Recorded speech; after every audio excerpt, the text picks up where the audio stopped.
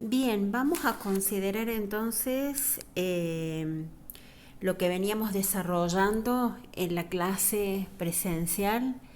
en el sentido de que veníamos realizando el tratamiento del capítulo 1 del libro Diccionario de Política de Norberto Bobbio, Nicola Matteucci y Gianfranco Pasquino. En esta obra, que siempre rescatamos que es una obra fundamental para las ciencias políticas, en el capítulo 1 los autores hacen una presentación del concepto de ciencia política, su objeto de estudio, los métodos de estudio,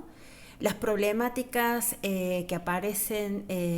dentro de las ciencias sociales, de las cuales forma parte la ciencia política. Los autores señalan ahí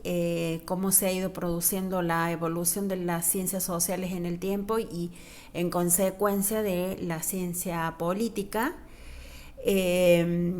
También señalan el concepto que se tiene tradicionalmente de ciencia política o de política, y después pasan a detallar la política vista ya como un concepto científico, como una ciencia, con un objeto, con un método, y obviamente comienzan a establecer también ciertas cuestiones en lo que hace al estudio de los fenómenos políticos, que es el objeto de estudio de la ciencia política. Y en clase habíamos señalado que los autores, en sentido amplio y no técnico, señalaban que la política o la ciencia política es el estudio de los fenómenos y de las estructuras políticas realizado con un rigor y una sistematicidad, digamos, más amplia, ya con el carácter de ciencia y en el camino de una ciencia empírica, es decir, la búsqueda de convertir la ciencia política como una ciencia empírica, que ese es el objetivo que se plantean todos los especialistas en la materia.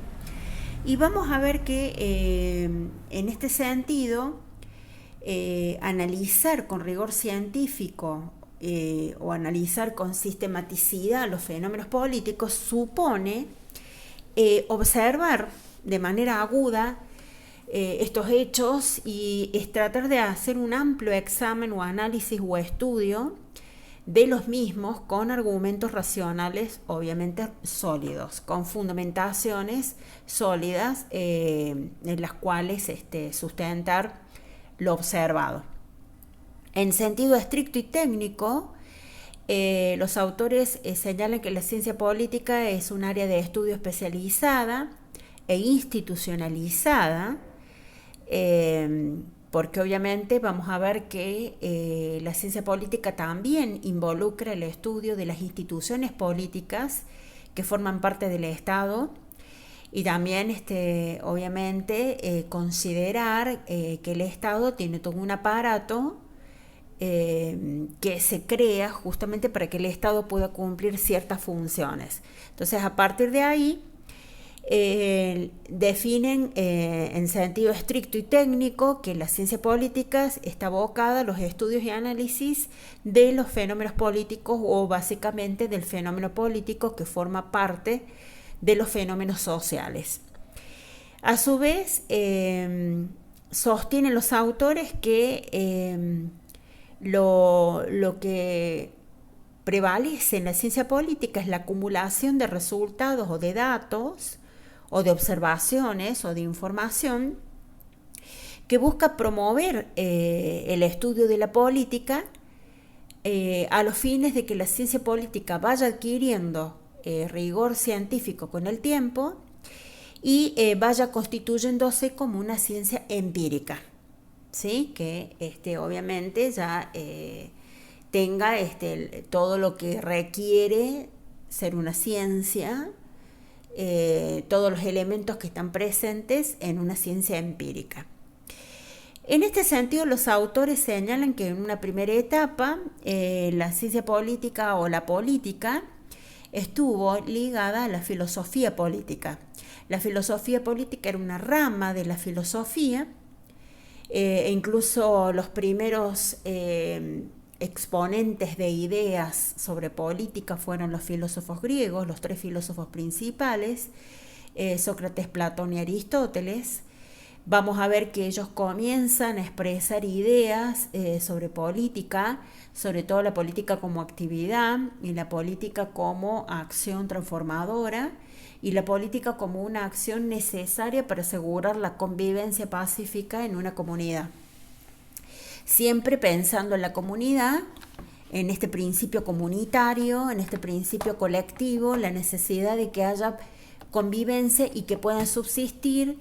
a las polis griegas que se daban en la antigüedad, ¿no?, como forma de organización de los estados en la antigua Grecia. Básicamente, los autores señalan que la filosofía política se distingue de la ciencia política porque la filosofía política no es algo aplicable, sino que se caracteriza por su falta de aplicabilidad, o bien, dicen los autores, por su falta de operatividad. Vamos a decir concretamente que la filosofía política plantea ideas, plantea teorías, digamos, no plantea una aplicación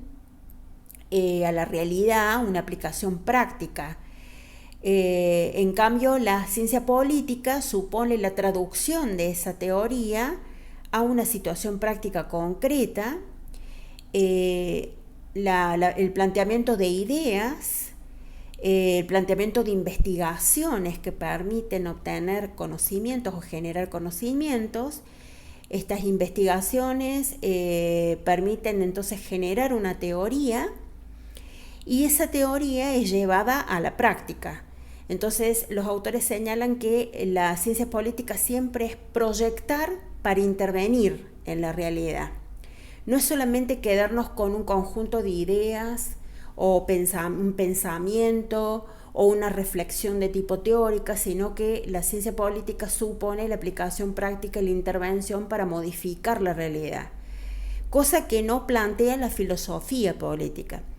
Por eso se dice que la filosofía política no tiene una operatividad, porque no hay una aplicación de esas reflexiones teóricas en la práctica, sino que es pensar, reflexionar,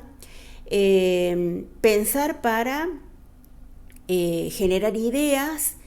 y esas ideas se pueden ver en un hecho concreto o en relación a un hecho concreto,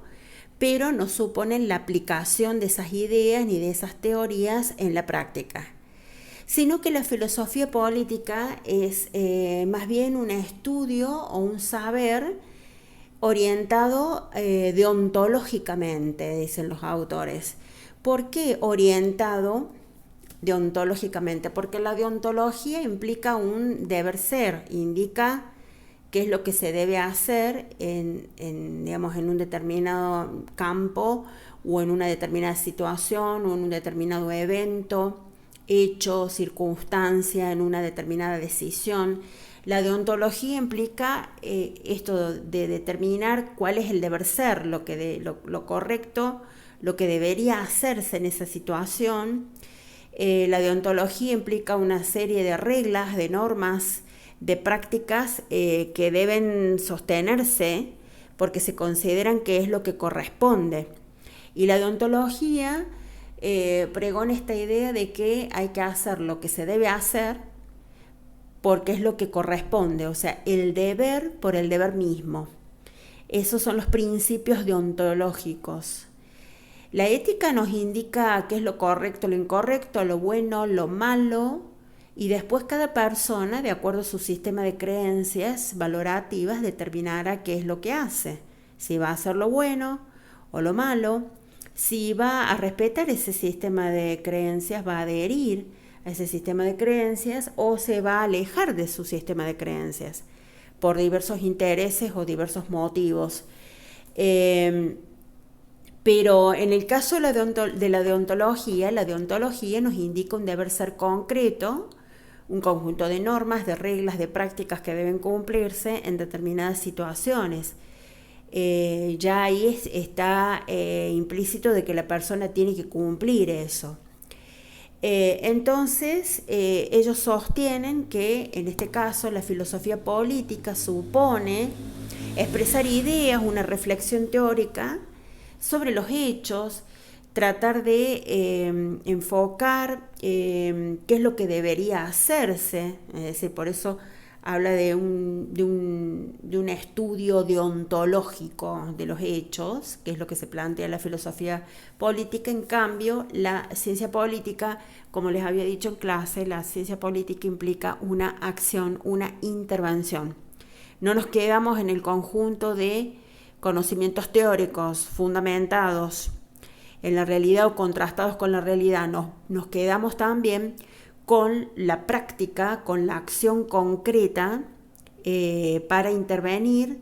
en donde se promueve que la persona intervenga en esa realidad para modificarla, y básicamente en el caso de la ciencia política es intervenir en los asuntos públicos, intervenir en los asuntos que son de todos. Esa es la primera diferenciación que hacen los autores entre ciencia política y filosofía política, y lo que los mismos van señalando es que con el tiempo la ciencia política se escinde de la filosofía política, nace dentro de la filosofía política, porque son los filósofos griegos los que empiezan a hablar sobre política, y después con el tiempo se va a separar, se va a escindir y va a comenzar a tomar un rumbo propio, independiente, hasta convertirse en una ciencia. Y después va a ir evolucionando, tratando de desarrollarse a los fines de convertirse en una ciencia empírica. En el caso de los autores, fundamentalmente Bobbio señala que todas las obras que existían hasta ese momento sobre ciencias políticas, e incluso todas las obras que existieron en la antigüedad y hasta mediados del siglo XIX o la segunda mitad del siglo XIX, se caracterizaron por ser obras en donde se formulaban tipologías, donde se presentaban teorías generales, donde se tendía a presentar conceptos que surgían de generalizaciones, o las teorías que iban surgiendo, o los principios o las leyes que fueron surgiendo en esos estudios, siempre se enfocaban en generalizar, es decir, tomar los casos que se observaban, los casos concretos, los casos particulares, y las conclusiones que se obtenían en base a esos casos particulares se extrapolaban o se generalizaban para toda la población, para la totalidad de los casos o los fenómenos políticos. Entonces señala Bobbio que justamente las obras de Maquiavelo, de Montesquieu, de Tocqueville se caracterizan justamente por eso, por estudiar, analizar, observar y tratar de establecer leyes, teorías sobre los fenómenos políticos que van a ser generalizaciones, leyes de aplicación general, teorías generales, que se van a fundar en la historia, sobre todo en el método histórico, porque se va a llegar a esas conclusiones aplicando el método histórico, y además siempre estas teorías van a surgir como consecuencia de análisis y estudios factuales, es decir, de los hechos. Los autores señalan que en la segunda mitad del siglo XIX comienza el desarrollo de las ciencias políticas de la mano del desarrollo de las ciencias sociales, que son las ciencias que están en boga en ese momento y las que mayor desarrollo demuestran en la época. Vamos a ver que todo este desarrollo de las ciencias políticas se ve favorecido por la corriente de pensamiento del positivismo de Saint-Simon, con los escritos de Saint-Simon y de Augusto Comte, también por las ideas del marxismo, del denominado marxismo o el materialismo histórico de Karl Marx y Friedrich Engels, y también por las teorías del darwinismo social. Estas ideas y estas corrientes de pensamiento son las que tienen influencia en las ciencias sociales en general, en particular en las ciencias políticas, y van sentando las bases para que se constituya la ciencia política moderna. Los autores señalan que, si bien es cierto, Maquiavelo es considerado el padre de la ciencia política,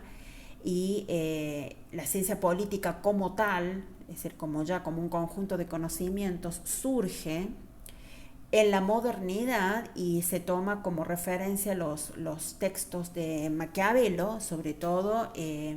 los tratados que él hace sobre los principados y los tratados que hace sobre las repúblicas. Fundamentalmente se sitúa el principal aporte de este autor en lo que es el libro El Príncipe, que está basado en Lorenzo de Medici, ¿no? Quien fuera el titular de la República de Florencia en pleno Renacimiento italiano. Y vamos a ver que digamos, se destacan las características de este gobernante de la República de Florencia o de Firenze, cómo se destacan las características que él posee, como las características del dirigente, digamos que, o las características que debe tener un dirigente, o las características del dirigente obviamente más exitoso, o el más inteligente, o más hábil, o mejor estratega. Vamos a ver que también los autores señalan los escritos de Gaetano Mosca, fundamentalmente el libro La ciencia política de Gaetano Mosca, y el libro Elementos de la ciencia política, que también tiene este autor.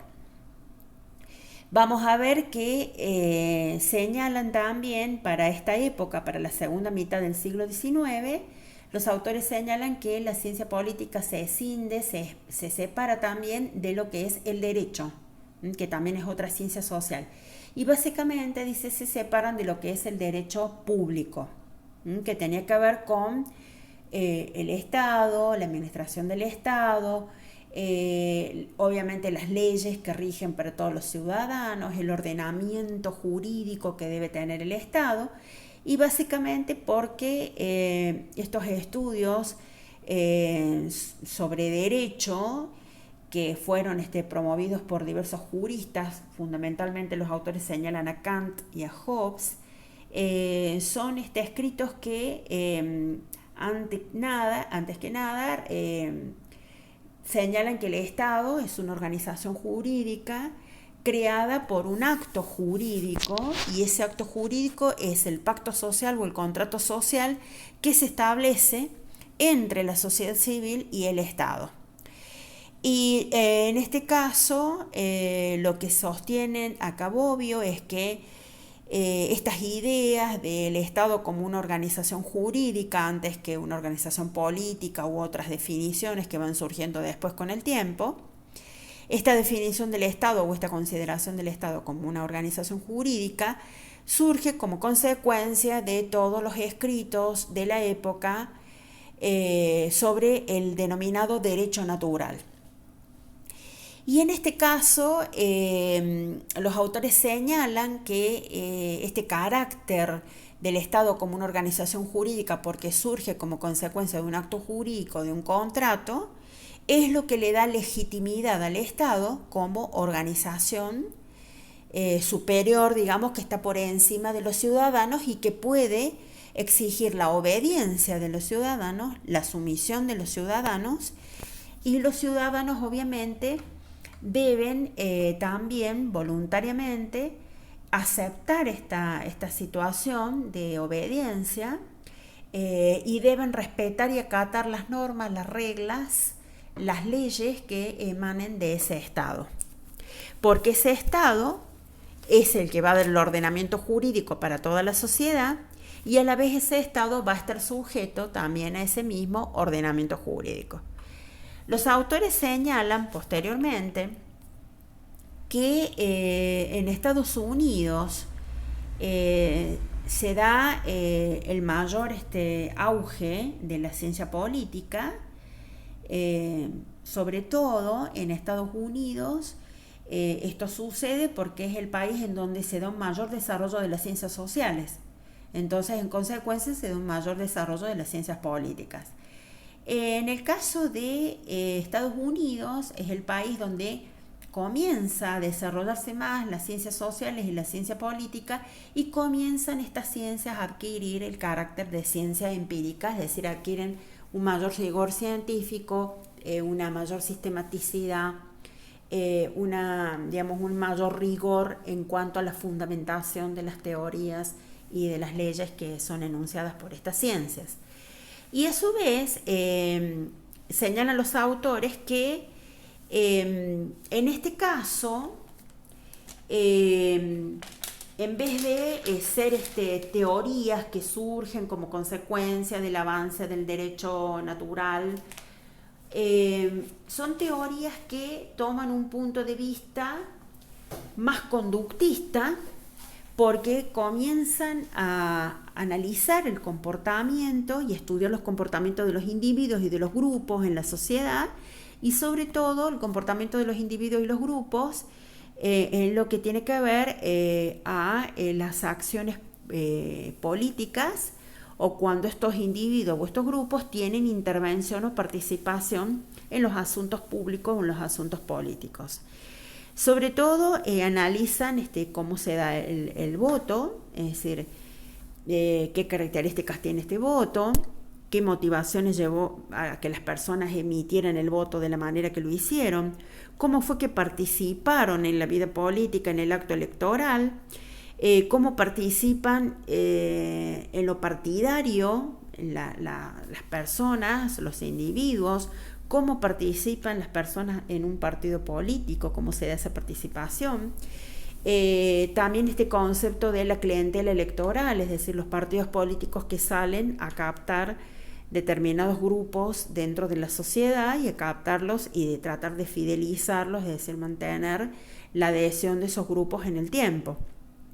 ¿Qué mecanismos utilizan los partidos políticos para lograr la fidelización o la lealtad de esos electores?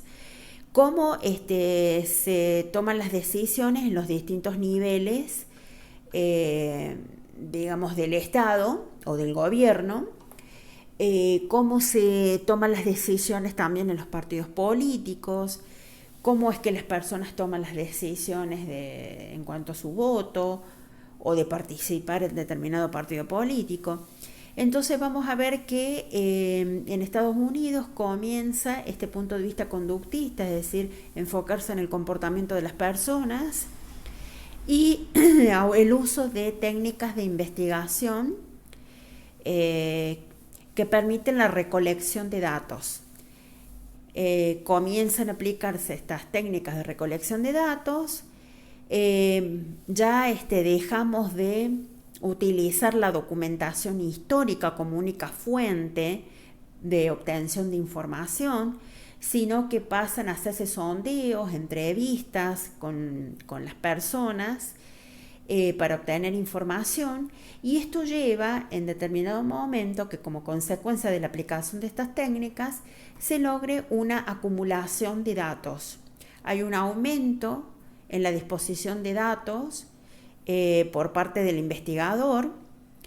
y el investigador se encuentra con una acumulación extensiva, es decir, una gran cantidad de datos, y comienzan a aplicarse métodos cuantitativos, métodos estadísticos, para poder hacer la sistematización y la organización de estos datos, y para poder obtener conclusiones en base a estos datos. Entonces ahí se da entonces cambios en la forma en la que se va obteniendo información sobre los fenómenos políticos, la forma en la que nos aproximamos a los fenómenos políticos,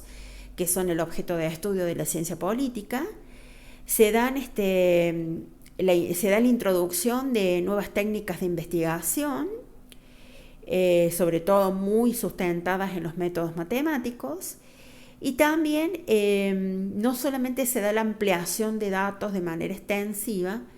sino también también comienza a analizarse que los estudios habían sido limitados en épocas anteriores porque solamente se habían centrado en las culturas europeas, en las civilizaciones europeas, en estudiar, por ejemplo, la civilización romana, por ejemplo, en estudiar las naciones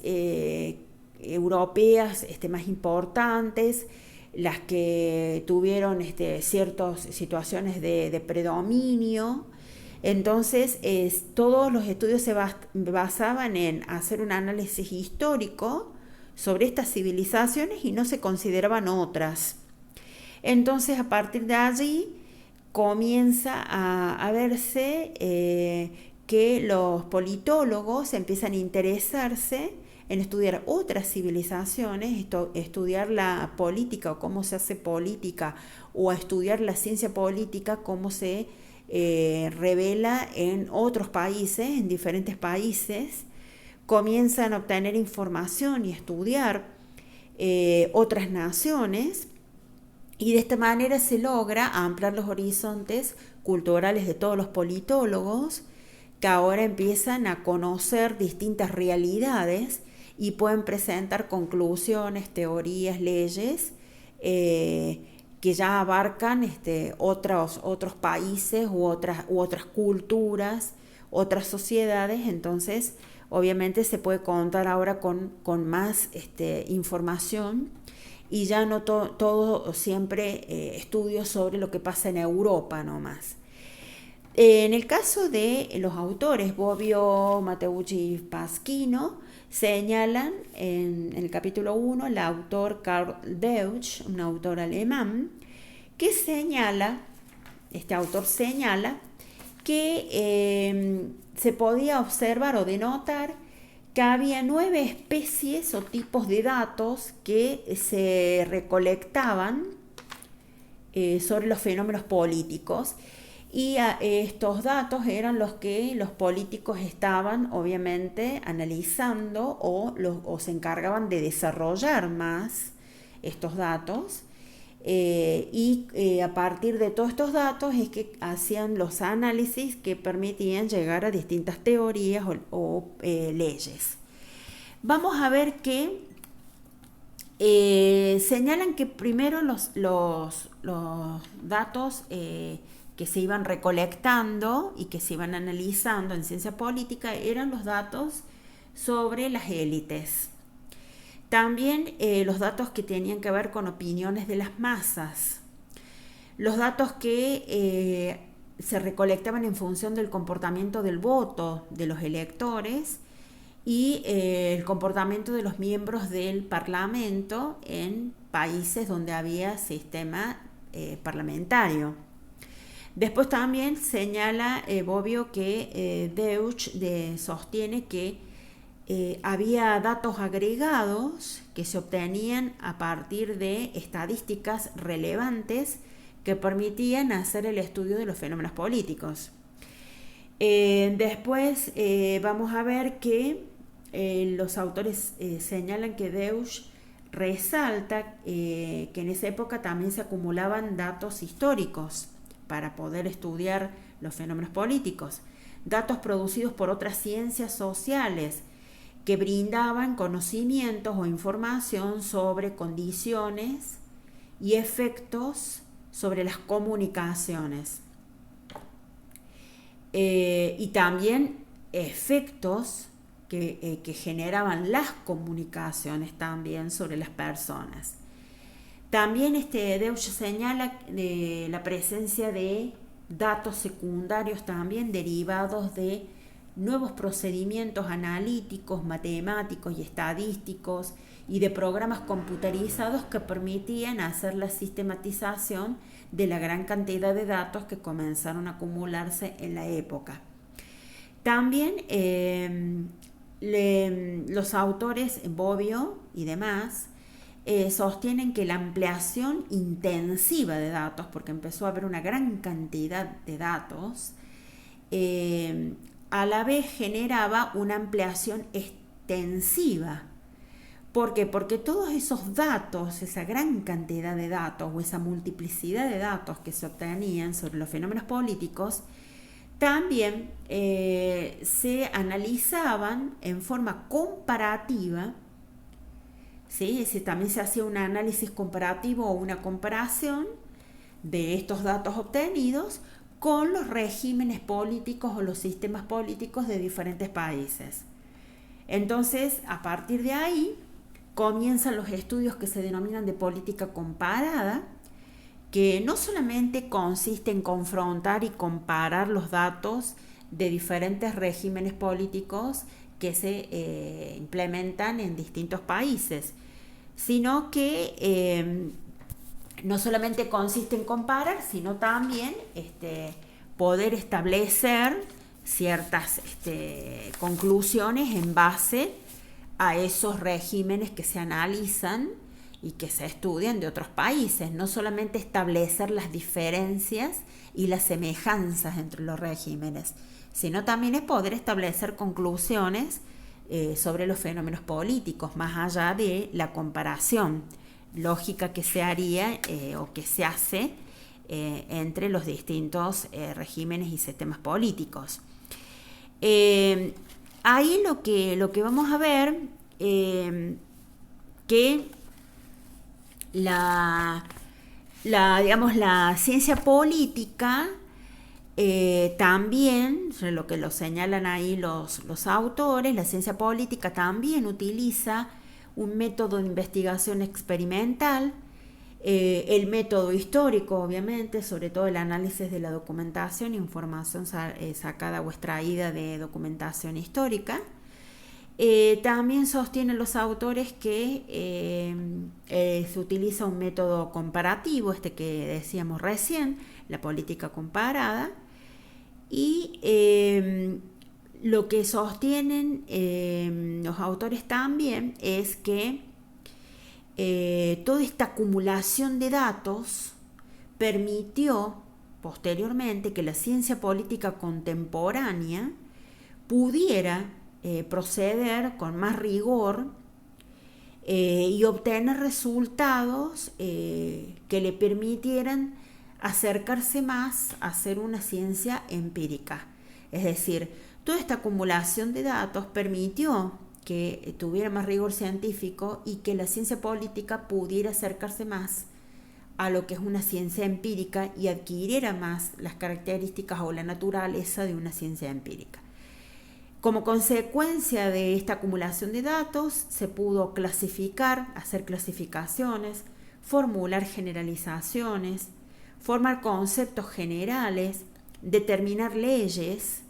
leyes incluso estadísticas o probabilísticas, leyes de tendencia,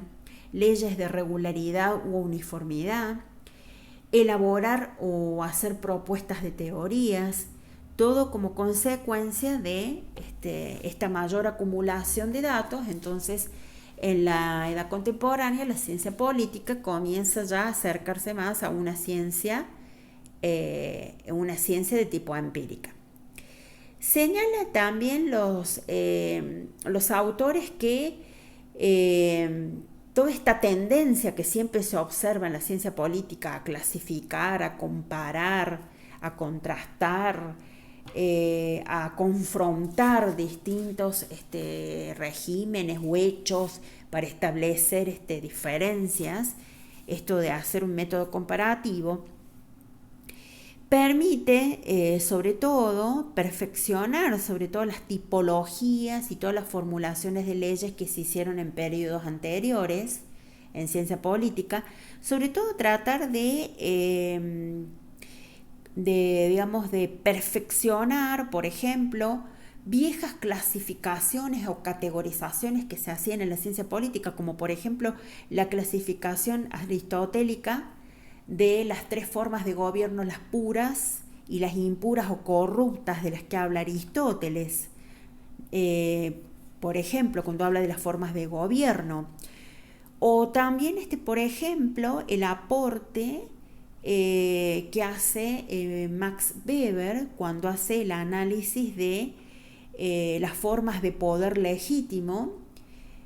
cuando establece la forma de poder tradicional, legal y carismático, la llamada tripartición weberiana de las formas de poder legítimo,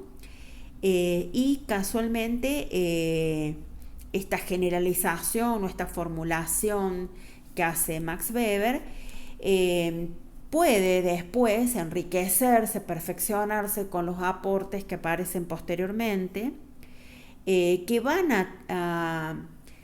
enriquecer sobre todo el concepto de poder y de poder legítimo, cuando el poder es legítimo, qué es el poder en sí y por qué es un concepto tan importante el poder dentro de lo que es la ciencia política.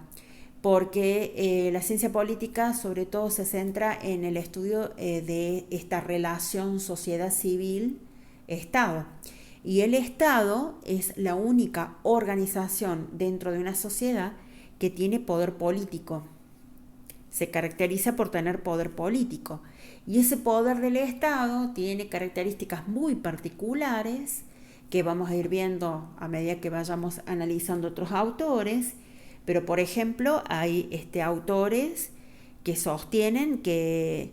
básicamente el fenómeno político es aquel que se encuentra caracterizado por un elemento fundamental que es el concepto de poder. Y todo lo que cae dentro de la política se caracteriza por ser fenómenos en donde aparece el poder de alguna manera. Y esto de que el poder genera asimetrías, obviamente unos tienen más poder que otros, hay quienes tienen poder y otros que no tienen poder, hay distintos tipos de poder y entre ellos el poder político. El poder político que se caracteriza por ser un poder coercitivo, coactivo, que supone asegurarse la obediencia de la otra persona o de los otros. En este caso, el Estado se asegura la obediencia y asegura el cumplimiento de las reglas, de las normas, de las leyes por parte de la sociedad civil. Entonces, todos los estudios sobre política tienen este concepto de el poder, y vamos a ver que no solamente aparece el poder político, sino que también aparece relacionado con el poder político el poder económico.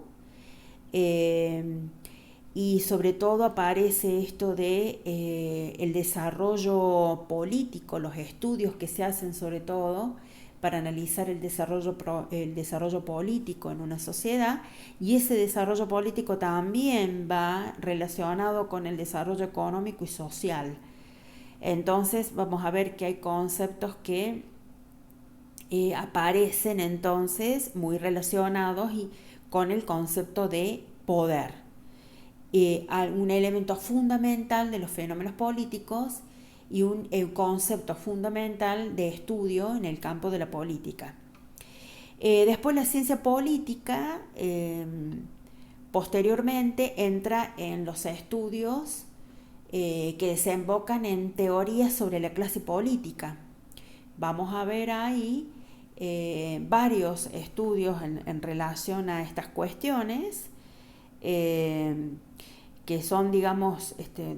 los más condicionantes dentro de los estudios que se están haciendo incluso hasta en la actualidad en materia de política, esto de analizar las clases políticas, quién detenta el poder, quiénes son los que detentan el poder, qué características tienen, y sobre todo las conclusiones que se han arribado al respecto, en el sentido de que son generalmente minorías las que detentan el poder, son minorías que pertenecen a clases sociales acomodadas desde el punto de vista económico, son una minoría que siempre ha detentado el poder político, que va pasándose de generaciones ese poder político. Entonces, eso es algo que caracteriza a las clases dirigentes o a las clases políticas en muchos países. Pertenecen a una familia,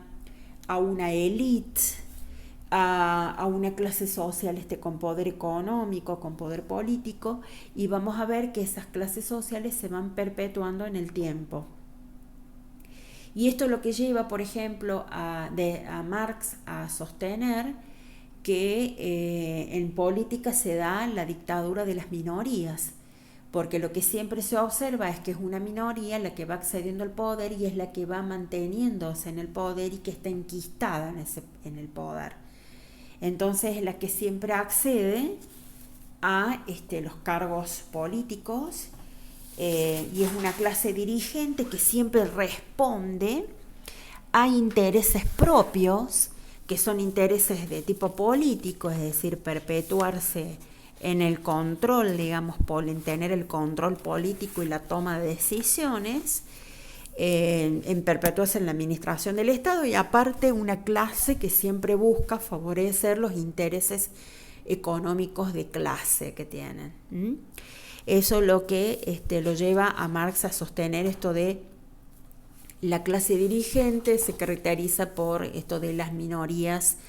que aparecen constantemente, y se habla de una dictadura de las minorías. Entonces este fenómeno del elitismo que se ve en la clase dirigente es analizado en la política, es uno de los grandes temas que se analiza. Bueno, también lo que se analiza son los regímenes y los sistemas políticos. También ahí aparecen ciertas corrientes de pensamiento, ¿no es cierto?, que después vamos a ir viendo. Es la última unidad de ciencias políticas esa, la unidad 4. Vamos a ver los sistemas y los regímenes políticos que tenemos en la actualidad, que son consecuencia de ideologías y de corrientes de pensamiento que han ido surgiendo a lo largo de los años en lo que es el pensamiento político. Ahí, sobre todo, omití marcarles un concepto que resalta Bobbio aquí en el libro, esto de la ley de hierro de la oligarquía, que se llama, que supone que siempre hay una minoría organizada, que siempre va a asegurarse el poder. Esa minoría tiene un número muy restringido de personas y que terminan conformando un régimen, ¿no? Porque siempre esta minoría va a luchar para quedarse en el poder, para ser la que gobierne. Y se va a ver en la mayoría de los países, va a aparecer esta regularidad, digamos, o esta particularidad en la mayoría de los países, que aparece una clase social, o unos pocos, una minoría, que siempre tiene que ver con una oligarquía, dice el autor Robert Michaels. Dice, siempre tiene que ver con una oligarquía, que es la que se va a mantener en el poder. Por eso él habla de una ley de hierro de la oligarquía. Bueno, después los planteos, los que dije recién de Marx y Engels, también Bobbio señala que estos dos autores, incluso Lenin también, formularon leyes que marcan una tendencia que sostiene que gradualmente el Estado va a extinguirse. Marcan una gradual extinción del Estado, y que va a aparecer un estado de transición, porque los autores sostienen que el aparato estatal es necesario siempre y cuando exista o persista la lucha de clases, la división de clases que son antagónicas y que luchan por mantener su poder. Entonces, estos autores sostienen que la presencia del Estado es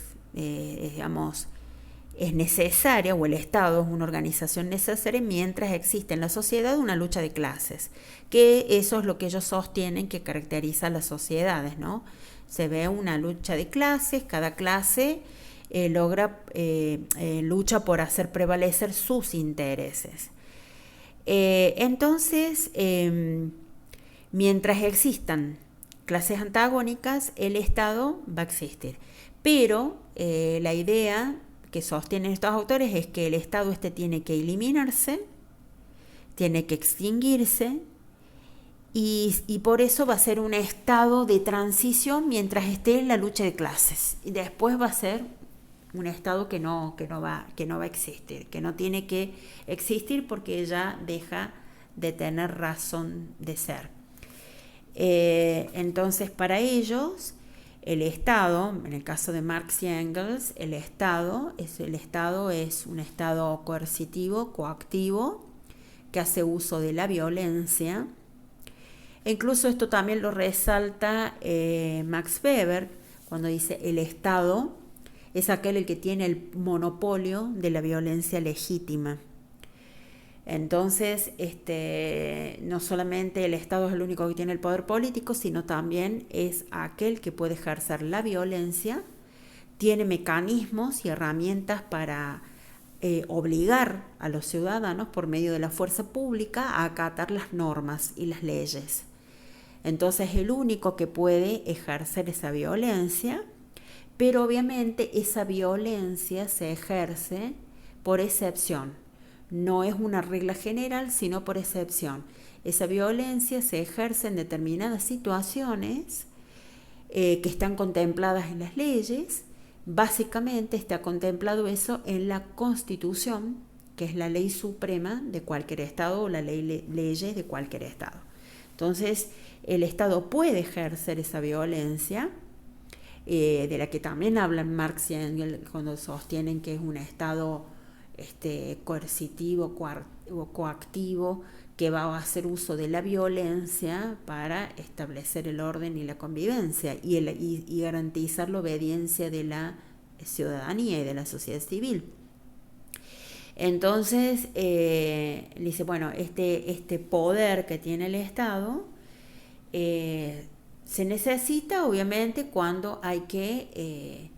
evitar acá que las clases sociales se maten unas con otras, porque en la sociedad hay una lucha de clases y cada una de las clases quiere prevalecer su interés. Entonces el Estado ahí está para garantizar que no se terminen matando, como quien dice, pero una vez que ya se supere esta lucha de clases, el Estado deja de tener sentido, digamos, como organización, entonces ahí hay que eliminarlo. Bien, eso es lo que sostienen distintos autores, ¿no? En relación a los fenómenos políticos. Y esto del Estado y su vinculación con la sociedad civil y ese pacto o ese contrato que se establece entre ambos y ese mandato que le da la sociedad civil a, obviamente, a quien ejerce el gobierno para que haga la administración del Estado. Y para que obviamente aplique ese poder político, pero no discrecionalmente como quiera, sino que se aplique ese poder político de manera legítima, es decir, de acuerdo a el mandato que le ha dado el pueblo y de manera legal, es decir, de acuerdo a lo que está contemplado en la Constitución Nacional. Bien, vamos a ver también que aquí Bobbio rescata también la definición que hace otro autor, David Easton,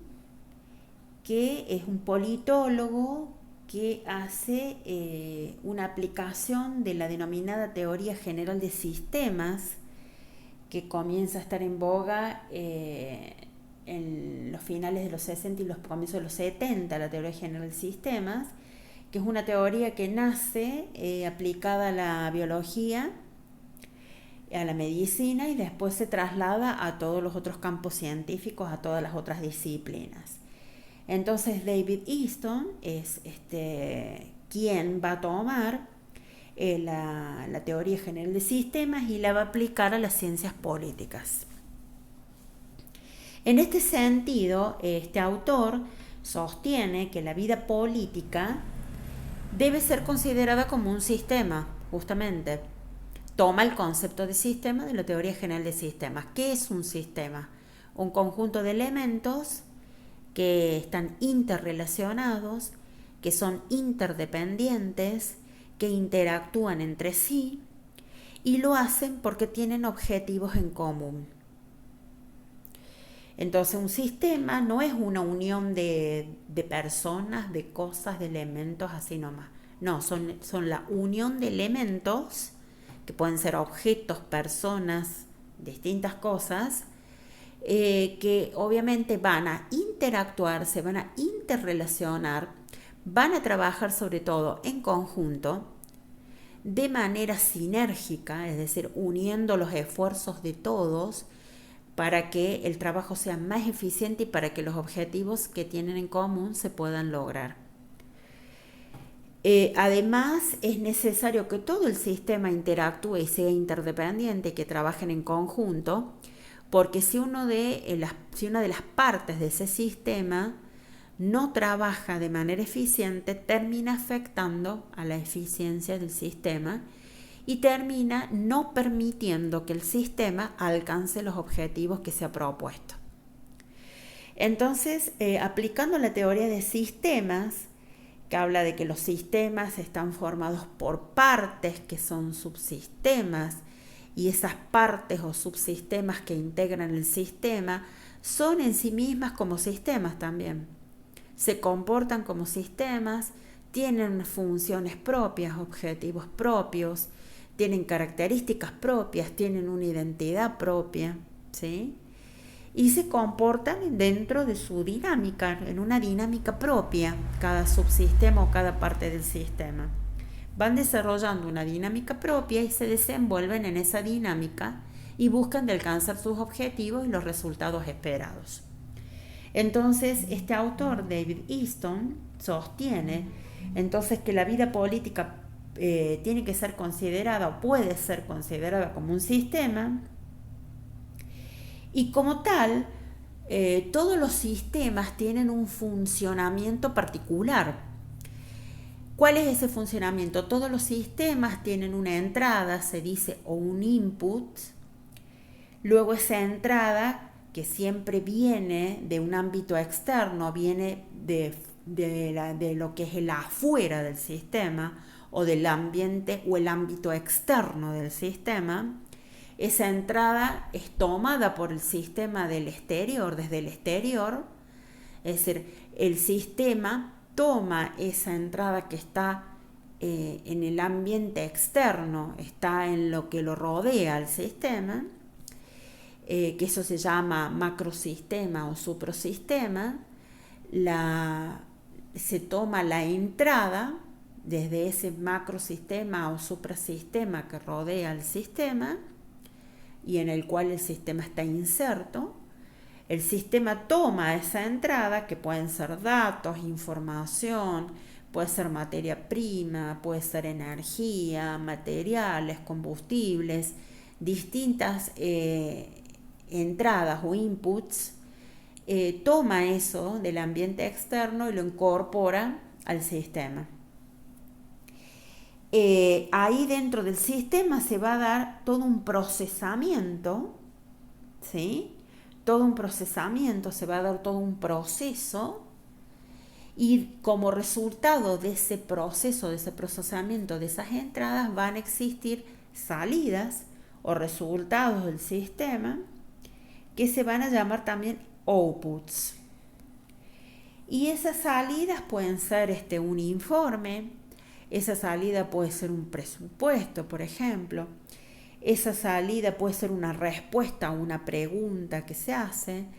Esa salida puede ser un mensaje escrito si se trató de una comunicación. También esa salida puede ser la decisión que se tomó finalmente. Esa salida puede ser un plan que se haya determinado como se hacía, y bueno, y se procesó todas las entradas para llegar a ese plan. Puede ser un producto, un servicio, puede ser un documento, un texto, un informe, dijimos. Puede ser también una operación, ¿sí?, que se terminó haciendo dentro de una organización. Todo eso es una salida o un output. Entonces vamos a ver que el autor sostiene que en definitiva en el sistema político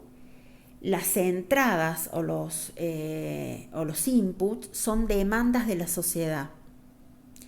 Siempre las entradas del sistema político conforman demandas, exigencias, necesidades de la sociedad civil, de las personas, de los grupos que entran al sistema político. El sistema político las procesa, ¿sí? Esas entradas vienen del ambiente externo, en definitiva de todo el sistema social vienen, y se transforman a través de un proceso en decisiones políticas que van a ser las respuestas a esas demandas, exigencias, necesidades, requerimientos, pedidos, solicitudes del sistema social o de la sociedad en su conjunto. Entonces, esa salida va a ir al sistema social, o sea, sale, como su nombre lo indica, sale del sistema político y va dirigida al sistema social bajo la forma de decisiones que se toman en distintos niveles de decisión o distintos niveles de administración, por ejemplo, en el Estado o en distintos niveles de gobierno. Son decisiones, pueden ser también políticas públicas que están destinadas a solucionar los problemas sociales, problemas económicos de la sociedad, o están destinadas a solucionar problemas de las personas, de los ciudadanos, de los individuos, de los grupos, de un grupo determinado. Son políticas o decisiones políticas o políticas públicas que van destinadas a solucionar y a dar respuesta a todas las necesidades, requerimientos y demandas sociales. Eso es lo que dice Easton pasa en el sistema político. En el sistema político, entonces, tenemos este funcionamiento y él explica este funcionamiento tomando la denominada teoría general de sistemas, que es una teoría que aparece con posterioridad a las ciencias sociales, digamos una teoría un poco más reciente, que también se utiliza para explicar cómo funciona la política, las ciencias políticas en un país o en una sociedad. Bien, ¿qué otras cuestiones señalan los autores ahí a nivel científico en relación a las ciencias sociales? Bueno, en el caso de Bobbio, Matteucci y Pasquino, señalan que en la ciencia política lo que se ambiciona es lograr el estatus de ciencia empírica. Es decir, una ciencia que no solamente explique y describa los fenómenos que son su objeto de estudio, sino que también pueda hacer un análisis y pueda obviamente generar leyes, teorías con más rigor científico. Y dijimos que en el caso de las ciencias políticas se cuenta con un número de datos muy importante que están a disposición del investigador, del politólogo, para que éste pueda estudiar los hechos políticos y que esos datos se sistematizan con métodos cuantitativos o estadísticos que permiten obviamente poder organizarlos, evaluarlos, seleccionarlos y poder hacer extraer conclusiones en base a un estudio, hacer un estudio o extraer conclusiones en base a esos datos. La informática lo que ha permitido es procesar todos esos datos de manera más rápida, con más velocidad. Entonces, vamos a ver que estos sistemas son muy utilizados para hacer todo el análisis estadístico de todos los fenómenos políticos, y fundamentalmente lo que ha permitido es salir de métodos tradicionales y manuales para poder incorporar métodos de procesamiento electrónico de datos que no solamente permiten procesar los datos con mayor rapidez, sino que permiten trabajar con más variables, poder analizar más variables, hacer entrecruzamientos de variables, utilizando métodos estadísticos, el denominado análisis multivariable, que se utiliza en la estadística, y la estadística es una parte de la matemática. Entonces,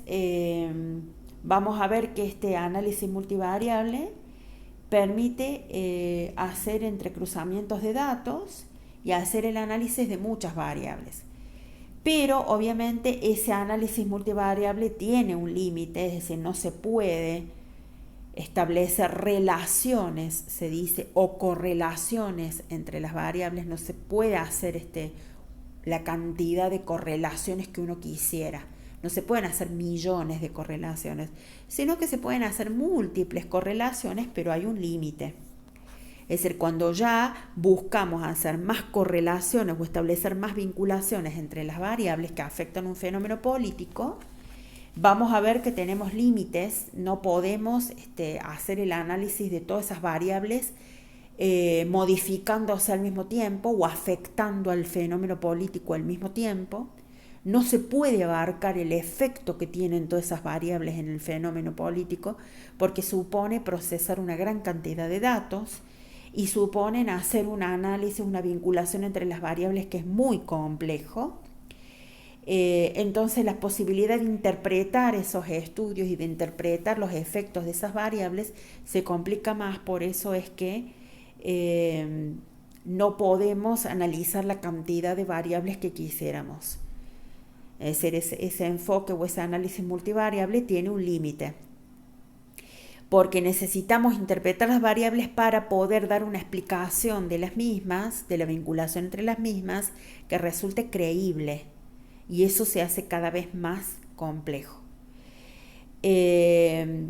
También estos métodos computarizados que provee la informática permiten explicar los fenómenos y explicar las vinculaciones y las correlaciones entre las variables que aparecen en el fenómeno. Y también permiten hacer lo que se denomina una previsión. ¿Qué es esto de una previsión? Es tratar de explicar algo, ¿sí? No fundado ya en datos, sino una previsión es tratar de establecer una serie de estimaciones, tratar de predecir, de anticipar, de prever una serie de comportamientos, por ejemplo, en las personas, o de reacciones emotivas que pueden tener las personas, o de cómo harían las personas sus elecciones racionalmente. Tratar de establecer una serie de cosas en relación a los comportamientos, los fenómenos, los hechos, como forma de previsión, o sea, de anticipación.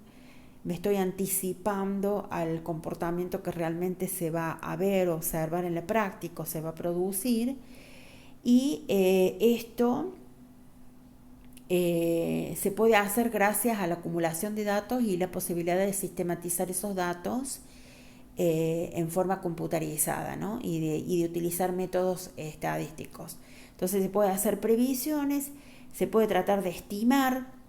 de anticipar conductas, lo que puede llegar a suceder con un fenómeno. Se puede hacer una estimación, una previsión de tipo científica con estos métodos que estamos utilizando, ¿no? Entonces se van a implementar programas de investigación o estudios de investigación en donde se van a tratar de hacer previsiones o tratar de estimar o anticipar o de prever comportamientos futuros. Básicamente lo que sostienen los autores es que en las ciencias sociales se trata de predecir comportamientos humanos,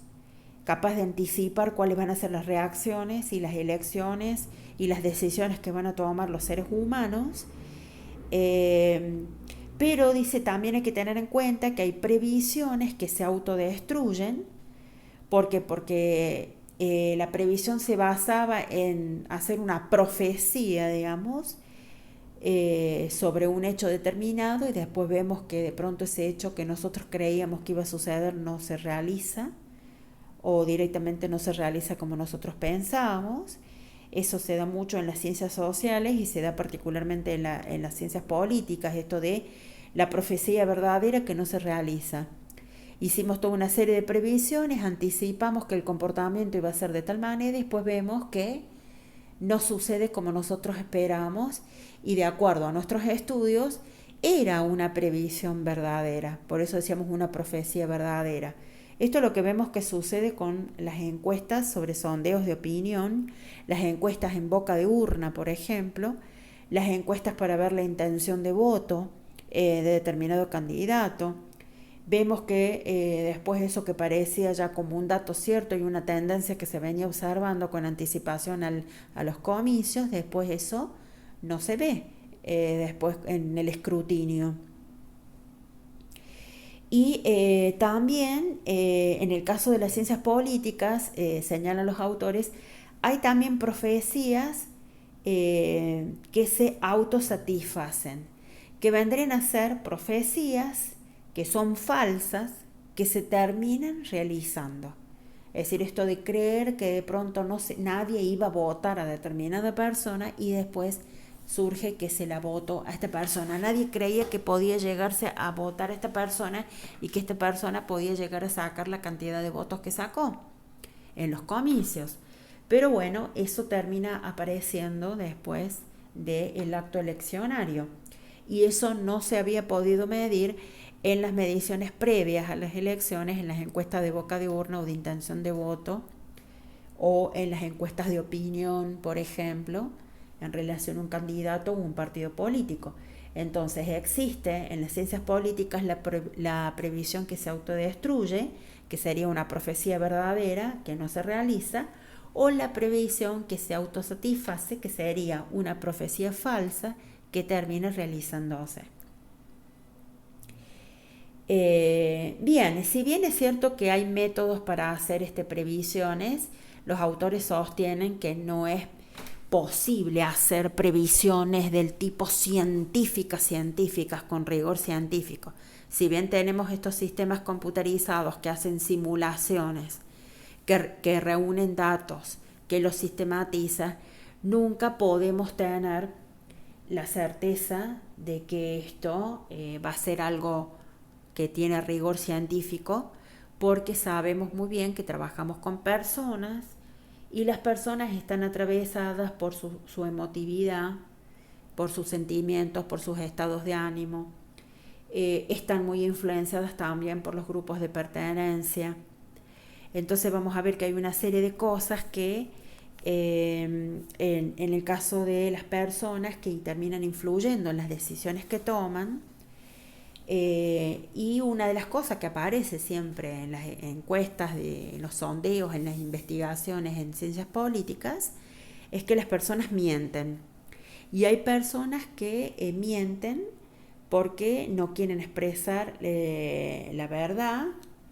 por ciertos prejuicios o por ciertos miedos que tienen, no quieren expresar la verdad, o porque o temen ser criticados, o temen ser interpelados por lo que opinan y por lo que están diciendo. Tienen miedo de ser discriminados por eso, encasillados o etiquetados por esa opinión, entonces por eso es que no las dicen. O prefieren mentir, entonces esas respuestas que son falsas, después son las que terminan dando error, o son las que provocan que den error los sondeos o las investigaciones que se realizan. Entonces los autores dicen, por más que hagamos previsiones en base a métodos matemáticos, estadísticos, utilicemos sistemas computarizados y demás, no podemos decir que las previsiones que podemos hacer en las ciencias políticas sean del todo científicas. Pero se usan las previsiones porque permiten hacer generalizaciones o permiten extrapolar datos que se ven en una X cantidad de eventos o de fenómenos, o en una X cantidad de datos, o en una X cantidad de eventos, o lo que se ve en una muestra que toma una cantidad menor de elementos. Lo que se ve en una muestra después se puede generalizar o extrapolar, o se puede concluir que lo que se ve en la muestra que hemos tomado es lo que sucede realmente en la totalidad de los individuos, o en la población, como se llama, que es la totalidad de individuos o elementos. Entonces vamos a ver que por eso los politólogos siguen utilizando las previsiones, y en este caso ahí Bobbio señala a un autor que ha hecho una serie de investigaciones, incluso a un autor que estuvo involucrado en programas de investigación en fenómenos políticos, que se llama Bertrand de Jouvenel, en el que el autor define un concepto que se llama los futuribles. Para Jouvenel, los futuribles o el futurible es un conjunto formado por todo lo que puede suceder, o lo que es probable que suceda, o lo que tiene probabilidad de ocurrencia, y también ese hecho o ese conjunto de eventos o de situaciones o de hechos o de acontecimientos van a poder acaecer, o sea, tienen probabilidad de ocurrencia, pueden ocurrir en la medida en la que se den determinadas condiciones. Es decir, no se trata de un futuro, el futurible no comprende a un futuro imposible, ¿sí?, sino un futuro posible, es decir, abarca una serie de hechos que tienen probabilidad de ocurrir, que pueden llegar a ocurrir, sobre todo en determinadas circunstancias o bajo la presencia de ciertas condiciones, ¿sí? Entonces no están hablando de algo imposible de suceder, sino de algo probable que suceda. Entonces, en el caso de Jouvenel, él analizaba un programa de investigación en donde se monitoreaban y se observaban distintas líneas de tendencia en el desarrollo social, o ciertas tendencias que se observaban en el desarrollo social de las distintas sociedades, y el grado de realización o el grado en que podían llegar a presentarse o a darse esas tendencias de desarrollo social en la realidad. Entonces él analizaba qué tendencias había en el desarrollo social, o podían existir o eran probables en términos de desarrollo social en un país cualquiera o en una sociedad cualquiera, y él veía la probabilidad o el mayor o menor grado de posibilidad de que esas tendencias se dieran en la práctica, se realizaran en la práctica, es decir, tuvieran lugar, pudieran ocurrir. Eso es lo que analizaba él en su proyecto obviamente, de investigación. Entonces él define este concepto de los futuribles, que es aquello que puede ocurrir siempre y cuando se den determinadas situaciones, y se trata de un futuro que es posible, que tiene probabilidad de ocurrencia, no es un futuro imposible, inalcanzable. Entonces él, este autor sostenía que el futurible es el producto de una actividad científica o una actitud científica frente al mundo, sobre todo el mundo histórico, decir, bueno, vamos a analizar, es decir, aquellos eventos que podemos ver que se puedan dar o que tienen probabilidad de darse en determinadas circunstancias, algo que digamos que es posible, que se puede llegar a dar en la práctica, que se puede realizar en la práctica. Y en el caso de él analizaba ciertas tendencias o líneas de tendencias del desarrollo social de una sociedad, de un país, que podían llegar a darse y que tenían probabilidad de que pudieran implementarse o producirse en un país o en una sociedad cualquiera. Entonces él analizaba algo posible, no algo imposible. Entonces él dice, bueno, lo futurible es este concepto de lo futurible es consecuencia de la actitud que tiene cualquier científico frente al mundo, ¿no? Es un producto, un resultado, una consecuencia de eso, sobre todo en el mundo histórico. Entonces vamos a ver ciertos hechos que tienen probabilidad de ocurrir, vamos a ver ciertas tendencias, ciertas perspectivas que pueden llegar a pasar en determinadas circunstancias, que es probable que ocurran. Bueno, vamos a analizar qué posibilidades hay de que se cristalicen, de que se realicen en la práctica. Eso es lo que va a hacer. Y él dice, esto se contrapone con un proyecto utópico o con una utopía que supone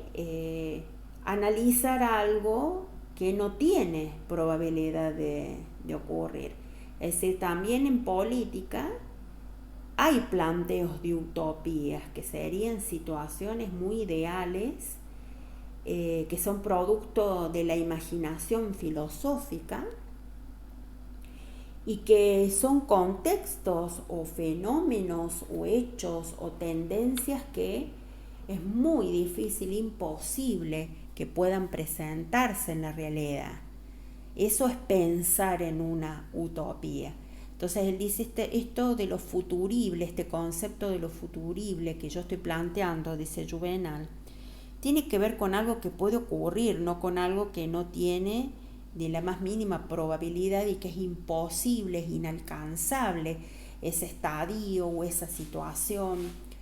Y ahí aparece este concepto de la utopía que surge como consecuencia de la imaginación filosófica. En cambio, él dice el futurible no surge de una imaginación. El futurible surge como consecuencia de la misma actitud que tiene el investigador. El investigador va a tratar de evaluar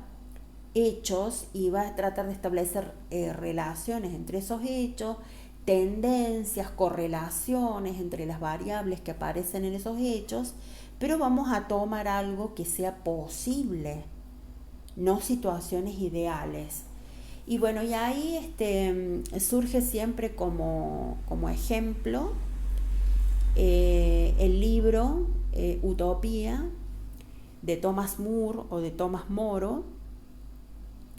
que justamente él plantea todo una utopía, sería es un estado y una sociedad ideal donde suceden ciertas cosas que en la práctica no pueden darse porque no se corresponden con las características de la sociedad o las características del ser humano. Lo que plantea Thomas More es una sociedad muy imposible de realizarse porque las condiciones que él plantea no tienen que ver con la naturaleza de las personas, no tiene que ver también con factores que se dan en una sociedad, las vinculaciones que se dan entre las personas. Es imposible que todos podamos vivir en paz y en armonía y que nunca haya problemas y que todo el mundo sea feliz y que se sienta absolutamente realizado y que estamos en una sociedad en donde nunca haya un conflicto, nunca existe una situación que no sea ética, donde todo el mundo se lleve bien y donde todo el mundo en armonía pueden estar de acuerdo en todo. Eso es imposible. No responde a lo que es la naturaleza del ser humano. Entonces, Thomas More planteaba una situación para, digamos, donde había seres, bueno, prácticamente santos ahí, con una serie de principios y valores que realmente no son los que se dan en una sociedad comúnmente. Entonces, el ejemplo que se da es este caso concreto del libro Utopía de Thomas More o de Tomás Moro, que fue un mártir, es decir, fue ejecutado, fue un mártir tanto de la religión católica como, que es el famoso santo Tomás Moro para la religión católica, y también es un mártir para la religión anglicana de Inglaterra. Entonces, vamos a ver que en el caso de Juvenal, dice: yo no estoy planteando hacer un estudio del desarrollo que puede tener una sociedad, la evolución o las tendencias que pueden verse en un futuro en una sociedad, planteando situaciones totalmente utópicas, sino que estoy planteando un hecho posible, probable, que tiene posibilidad de ocurrir. Bien, ¿qué dificultades señala acá Bobbio, que son propias de la ciencia política, algunas que comparte como ciencia social, que es la ciencia política, y hay otras que son propias, dice, de las ciencias políticas? Dificultades en cuanto al estudio, a la realización del estudio de los fenómenos en los que se enfoca, que son los fenómenos políticos, que dijimos que están dentro de los fenómenos sociales. Bobbio sostiene que el sistema político está dentro del sistema social junto con el sistema económico, y los estudios sobre los fenómenos políticos tienen la pretensión de hacer de la ciencia política una ciencia empírica, dijimos. Eso es el objetivo, es lograr el progreso de la ciencia política y el desarrollo de la ciencia política como una ciencia empírica. Por eso Bobbio sostiene que la ciencia política ocupa uno de los últimos puestos, dice, dentro de las ciencias sociales. Y las ciencias sociales se caracterizan por tener ciertas peculiaridades, ciertas dificultades cuando abordan el estudio de su objeto. Sostiene que las ciencias sociales tienen una complejidad creciente, porque obviamente están basadas en los seres humanos, y concretamente él dice, bueno, el sistema político es uno de los últimos ahí en la cola dentro de los subsistemas que hay dentro del sistema social. Y él dice, el sistema político está junto con el sistema económico dentro del sistema social general, y presupone una ciencia general sobre la sociedad. Dice, la ciencia política presupone una ciencia general sobre la sociedad porque estudia los fenómenos políticos, entre ellos, por ejemplo, los partidos políticos, y los partidos políticos, antes que un partido político en sí mismo, son asociaciones de personas. Si los partidos políticos son asociaciones políticas, pero ¿cuál es la base? La asociación de personas que crea esa agrupación política o ese partido político. Entonces dicen, los partidos políticos son una forma de asociación de las personas. Son una de las formas que buscan las personas de agruparse y de asociarse para lograr objetivos en común, para lograr aspiraciones, expectativas, para alcanzar ciertos logros, obtener ciertos resultados que si los tuvieran que hacer de manera independiente o individual no podrían alcanzarlos, y justamente como se reconocen que no son autosuficientes, es decir, las personas reconocen que no pueden vivir aisladas y que no son autosuficientes, por eso se asocian con otras para poder alcanzar esos objetivos, esos fines, esas metas, esos resultados, esos logros, esas aspiraciones que quieren alcanzar y que obviamente toman plena conciencia de que solos no pueden hacerlo, entonces necesitan de la complementación con otras personas. Entonces, dice, el partido político como fenómeno social y fenómeno político supone la asociación de personas. Entonces, el sistema político también supone una asociación de personas, también supone una agrupación social, hay un grupo de personas. También el sistema político ayuda a la estabilización y el desarrollo del sistema económico, que también forma parte del sistema social. Y también el sistema económico y el sistema político también se integran con el sistema o el subsistema cultural, ¿sí? Donde Bobbio señala que la organización que más se distingue dentro de ese sistema cultural, decíamos en el sistema político, es el partido político. En el sistema económico o el subsistema económico va a ser justamente el sistema económico que se implemente en ese país o en esa sociedad. Y tanto el sistema político o el subsistema político y el subsistema económico que están dentro del sistema social se van a integrar también y se van a vincular y se van a relacionar con un sistema cultural en donde aparece la iglesia o las iglesias, los diferentes cultos, como las formas de asociación y de organización y de agrupación de las personas, que aparece dominante dentro de la cultura, porque tenemos que la iglesia o las iglesias son las que dan un conjunto de principios, de valores y de normas a nivel social y también a nivel cultural. Entonces forma parte de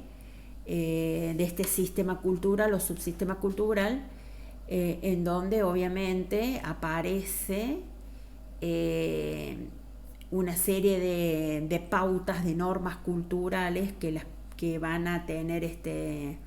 impacto en las personas, y estos sistemas culturales o subsistemas culturales van a vincularse con la política y la economía, ¿sí? Y ahí lo que sostiene Bobbio, que también en estos subsistemas culturales es muy importante las ideologías, son muy importantes las ideologías, y es muy importante también el accionar de los intelectuales en ese sistema cultural. Va a haber gente que ejerza, dice Bobbio, un poder ideológico también dentro de este sistema cultural. Va a haber una cultura dominante o va a haber un grupo dentro de este sistema cultural que va obviamente a imperar, a prevalecer, y va a terminar imponiendo sus principios, sus valores y sus normas, va a terminar imponiendo sus ideologías, y va a ser un grupo, se dice, de intelectuales, porque van a ser aquellos que van a tener dominio del conocimiento y de ciertas ideologías, entonces van a terminar imponiendo un poder ideológico sobre el resto de los grupos de la sociedad. Vamos a ver entonces que dentro de estas dificultades que ellos señalan, que van a aparecer en estas vinculaciones entre el sistema político, económico, cultural, dentro del sistema social, también va a suceder que la ciencia política como ciencia social, ciencia del hombre, ciencia que estudia el comportamiento humano, dice, tiene en común con todas las otras ciencias sociales y humanas ciertas dificultades específicas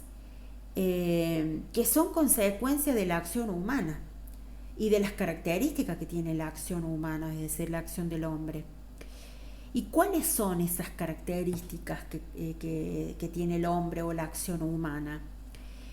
Lo primero que puede decirse que el hombre es un animal teleológico, porque lleva adelante ciertas acciones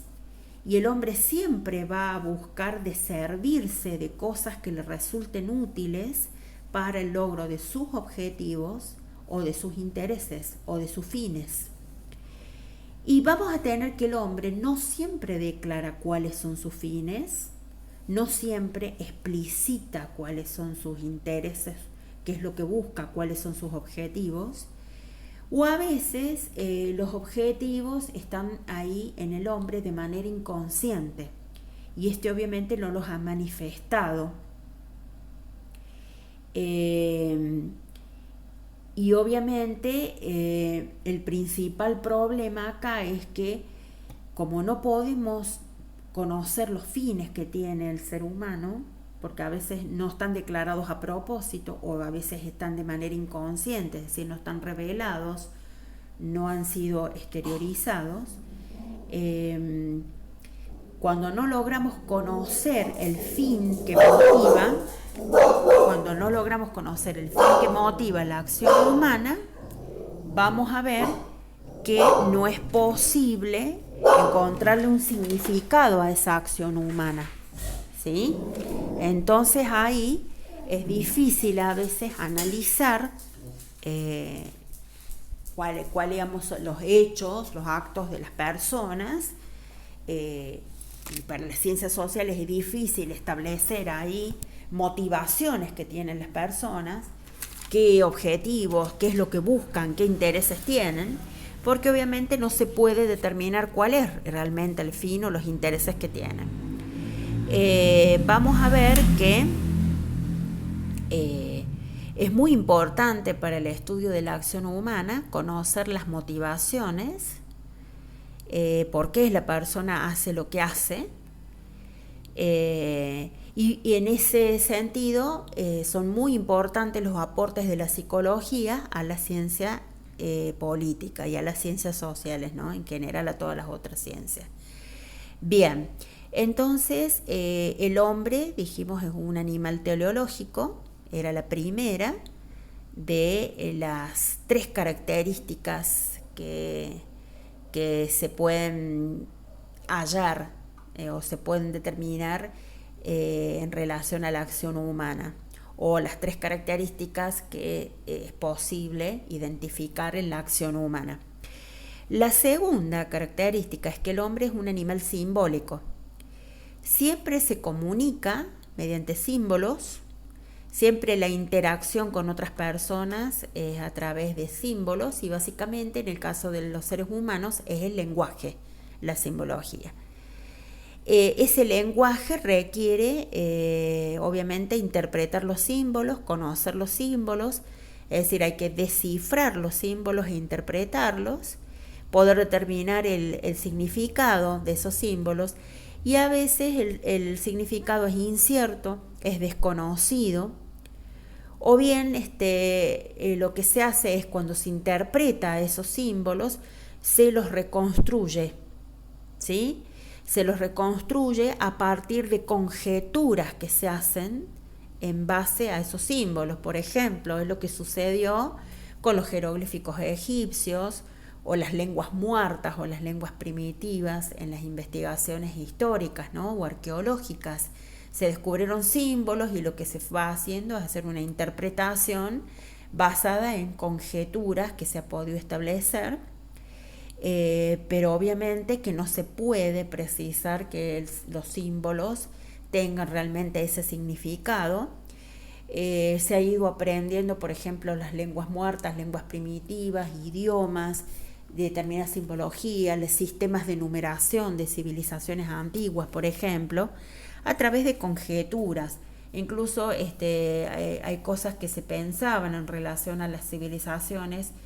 y que con nuevos estudios se ha descubierto que no era así, ¿no? Es decir, se ha podido revisar teorías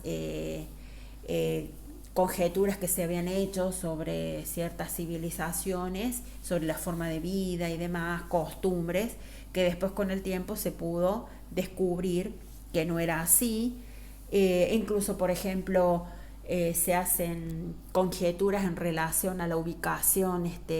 temporal de una civilización. Después se termina haciendo descubrimientos arqueológicos que llegan a la conclusión o que permiten llegar a la conclusión de que esta civilización era anterior a lo que se pensaba, o en realidad la data se hizo mal, es posterior a esta civilización. Obviamente que se va, en la investigación histórica, se va buscando, analizando todo este tipo de información, documentación, los vestigios que quedan en las investigaciones arqueológicas sobre todo, y se va descubriendo que lo que se pensaba al comienzo no es así. Entonces a veces esta interpretación o el desciframiento de los símbolos que utiliza el hombre o de los símbolos que ha utilizado a lo largo de su vida o de su permanencia en la Tierra son inciertos, se hacen en base a conjeturas, se hacen interpretaciones o se construye una determinada interpretación o se reconstruye después una interpretación con el tiempo, y a veces es totalmente desconocido. Bueno, muchas veces se plantea que tal costumbre la tenía una civilización en determinada circunstancia, y después con el tiempo se dice que no es así, o hay dudas. Por ejemplo, en el caso de la civilización maya, en el caso de los grupos que se elegían para que hicieran el partido, el partido que de lo que sería el antecedente del fútbol, esa contienda que hacían en Maya, que en las antiguas mayas, que se elegía un grupo que se enfrentaba al otro, jugaban con una pelota que debía ser introducida en una serie de aros que estaban en la pared, fijados en la pared, y que solamente se podía utilizar los pies y los costados de la cadera para movilizar la pelota. Hay una serie de conjeturas que dicen que el equipo que triunfaba era el que se sacrificaba a los dioses, es decir, a los mejores se los sacrificaba a los dioses. Hay otras conjeturas al respecto que dicen que el equipo que se sacrifica es el que pierde, por haber perdido justamente. No hay certezas realmente sobre cómo era este partido que se hacía de fútbol, por así decirlo, o este deporte que practicaban ellos, que se ofrecía a los dioses. Hay conjeturas, como también hay conjeturas de cómo puede ser que se haya extinguido esta civilización, la civilización maya. Hay también una serie de teorías basadas en conjeturas, en descubrimientos que se han ido haciendo que no son realmente concluyentes. Entonces vamos a ver que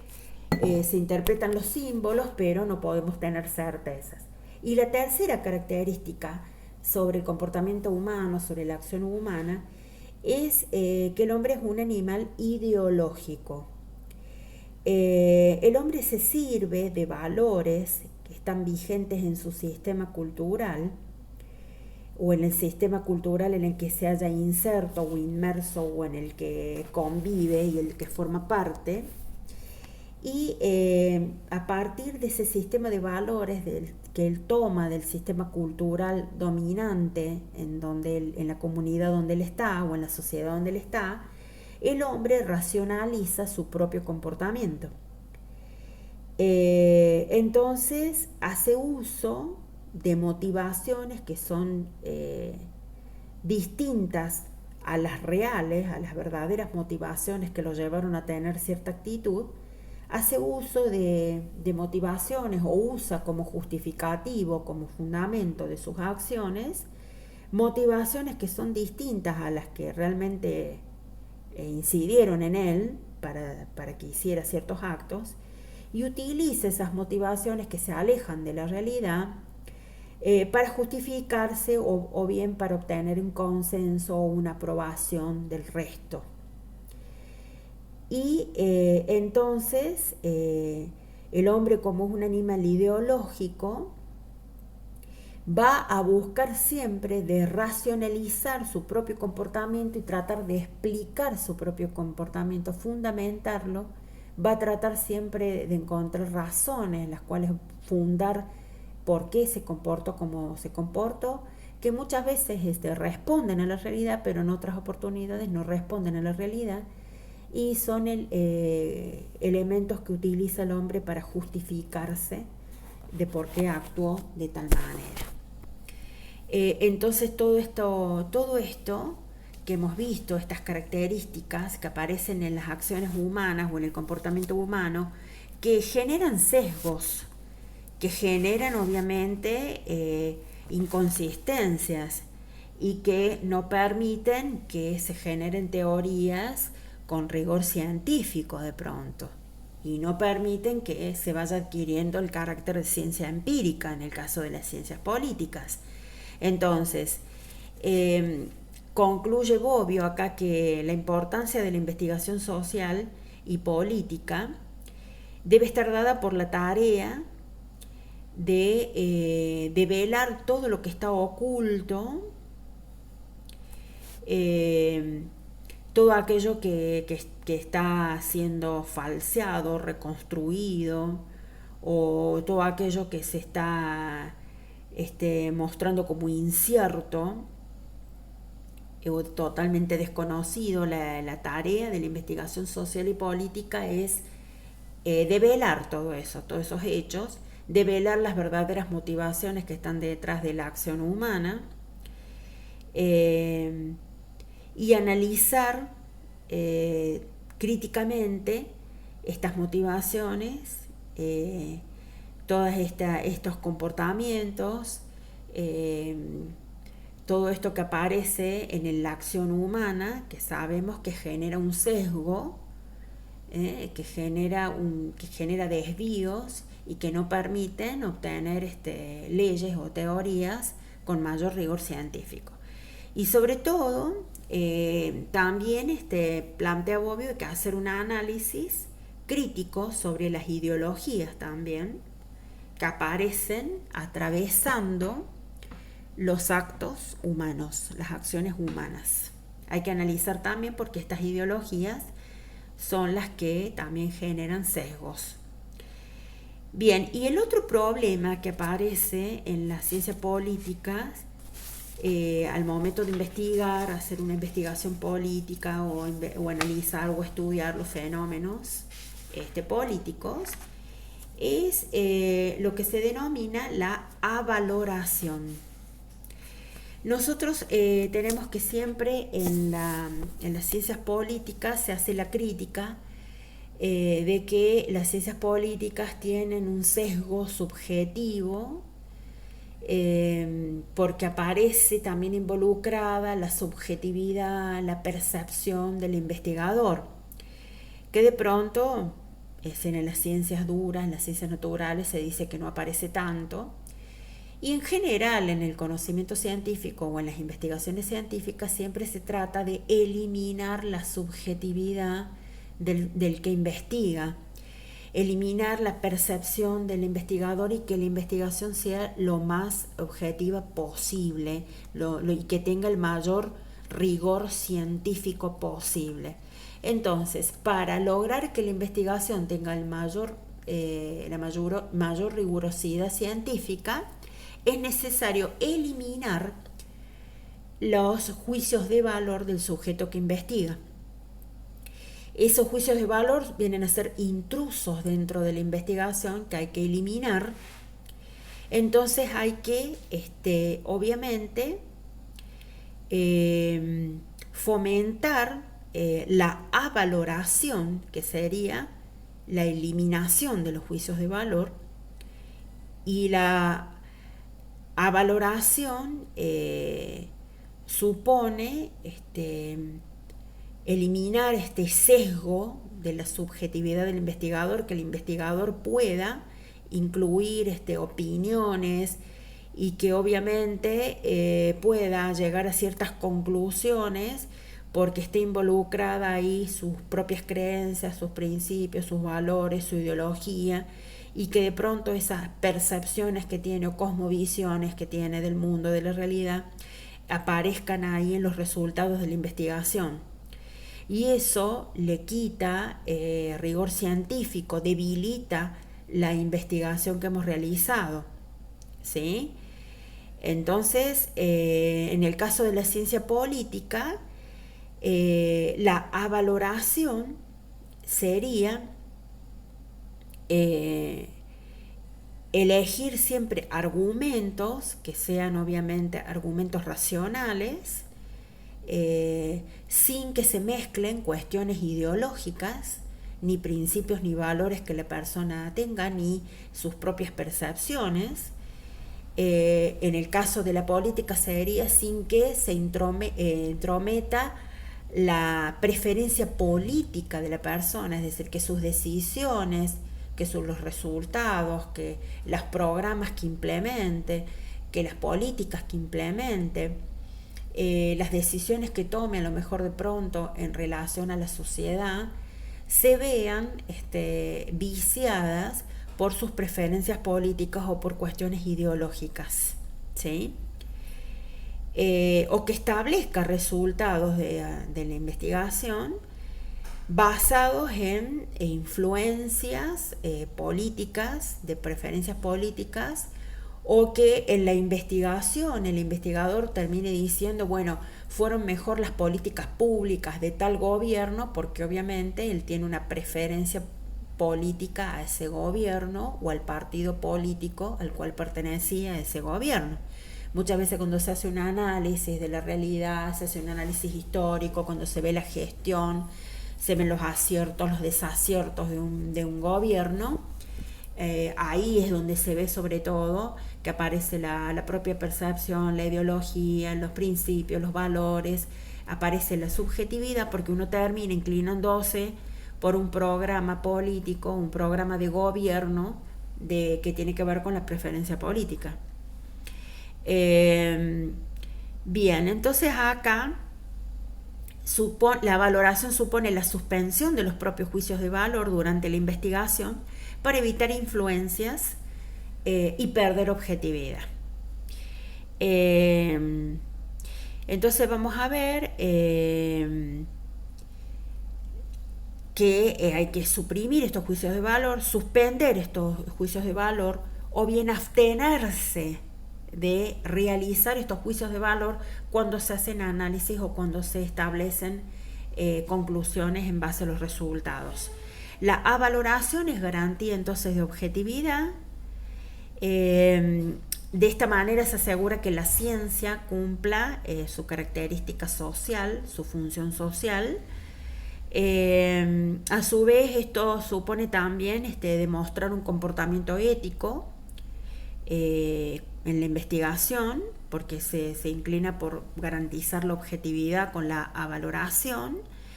y aparte también un compromiso con los resultados de la investigación, con la investigación misma, para garantizar que la misma tenga relevancia científica, porque si es una investigación sospechada de imparcialidad o de cierta subjetividad, es decir, bueno, le quita credibilidad y confiabilidad a la teoría o a la investigación que se ha hecho. Entonces esto de la valoración también supone un comportamiento ético. Bueno, acá puede darse el caso de una investigación en donde el investigador la realiza a propósito a la investigación con un sesgo ideológico o buscando influir en quienes van a ser los usuarios de esta investigación y van a utilizar esta información. Entonces la hace a propósito, carente de toda objetividad, y lo hace con el objetivo de influenciar en la persona. Entonces esta investigación obviamente sirve a los intereses de este investigador y carece de relevancia científica, ¿sí? Después también una investigación en la que se genere desinformación como pasa ahora muchas veces con las noticias, desinformación o información falsa, información errónea, eh, información que genere confusión. Eso también hace que la investigación no sea objetiva y que no tenga rigor científico. La objetividad es un requisito esencial para la ciencia. Es decir, es fundamental que la persona elimine los juicios de valor, pero objetividad no es sinónimo de indiferencia. Un investigador debe ser objetivo, es decir, debe eliminar, suprimir los juicios de valor, pero no debe ser indiferente. La indiferencia es una actitud en la que yo demuestro que no me interesa la investigación que yo estoy haciendo. Y por el contrario, se necesita que el investigador esté realmente comprometido con el objetivo de realizar una buena investigación científica, para obviamente cumplir con el requisito esencial de la ciencia, que es ser objetiva. La valoración tiene el objetivo de que la investigación sea objetiva, y que después los resultados de esa investigación puedan ser utilizados para describir hechos, explicar hechos, para analizar hechos, para constituir una teoría o una ley. Entonces es importante que después esa investigación objetiva que tuvo ciertos resultados puedan ser utilizados, esos resultados, para establecer conclusiones, ¿no? Y ahí viene después la función práctica de la investigación,